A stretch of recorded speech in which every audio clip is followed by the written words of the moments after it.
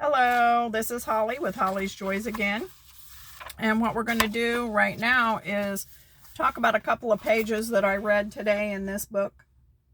It is called Holy Moments and it is by Matthew Kelly.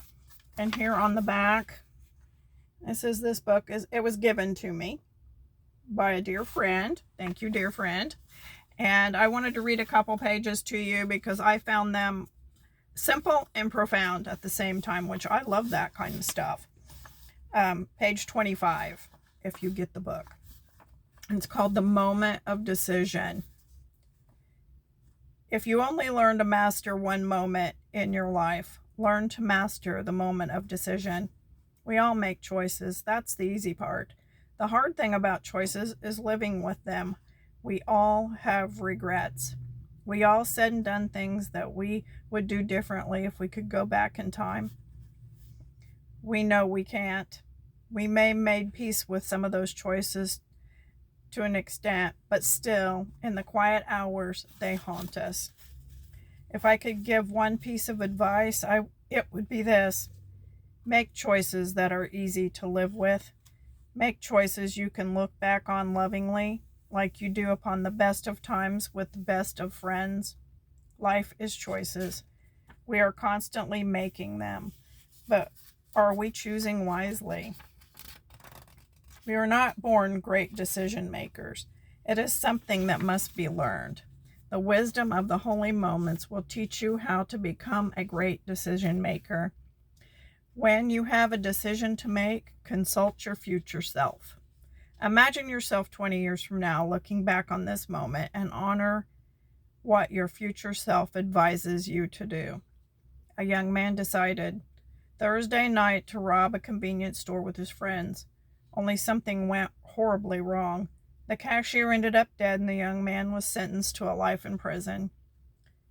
He never intended to use the gun when he brought it. He set the gun on the counter during the robbery and it went off. For more than 40 years, he played that moment over and over again in his mind.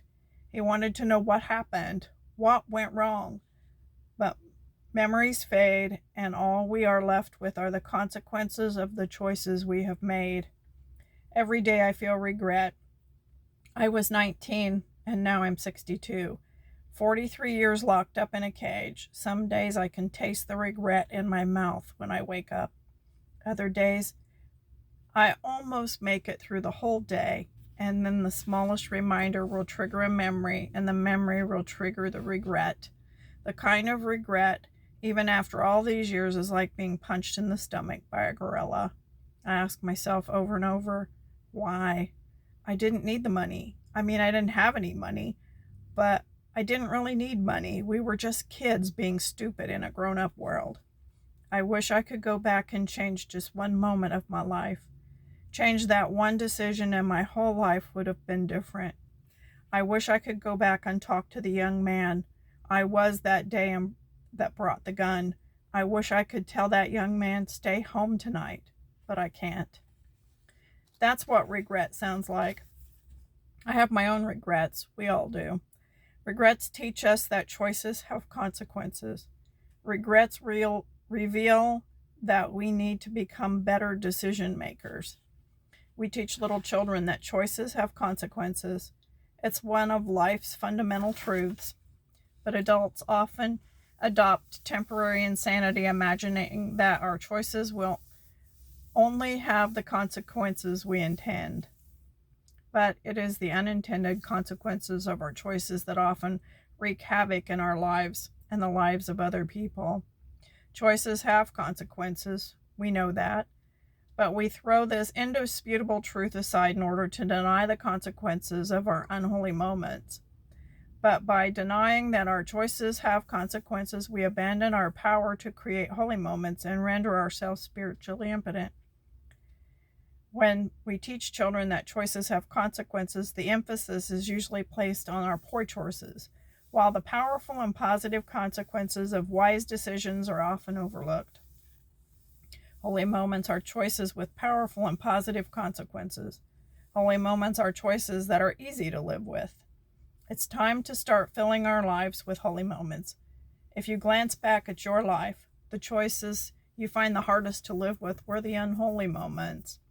And the choices you find easiest to live with are the ones you're proud of, those you cherish. They each hold a seed of goodness. They're the holy moments. Decision making is a powerful force in our lives. Our decisions quite literally shape our lives. We make the future with our choices. The beautiful thing about choices is you have more to make. Choices got you here, but you don't have to like here. All you need to do is start making different choices. Your choices have power. If someone had an incredible power and used it for evil, that would be a horrible thing. But what about if someone had an incredible power and didn't use it for good? There's something tragic and wrong about that too, isn't there? That someone is you. You possess an incredible power. You can choose what is good or holy. You can choose what is unholy and destructive. Your choices have power. I love that. I think that is so, so true. And I resonated with almost every single word in that little bit of writing. And I hope you find some encouragement in that today, because even though we make choices to do things that were not good for us, we still have future choices to make, and that's exciting. So now it's time for us to go out and make some really great choices today. Those choices that empower our lives and bring good to us, because that's what brings good to the world too. So I hope you choose wisely for yourself today. Have a great day and be excited that you have choices, and just start paying attention when those choices present themselves. And I'll talk to you later. Bye. Oh, I almost forgot. Please like, share, follow, do all the things. So spread the word. Bye.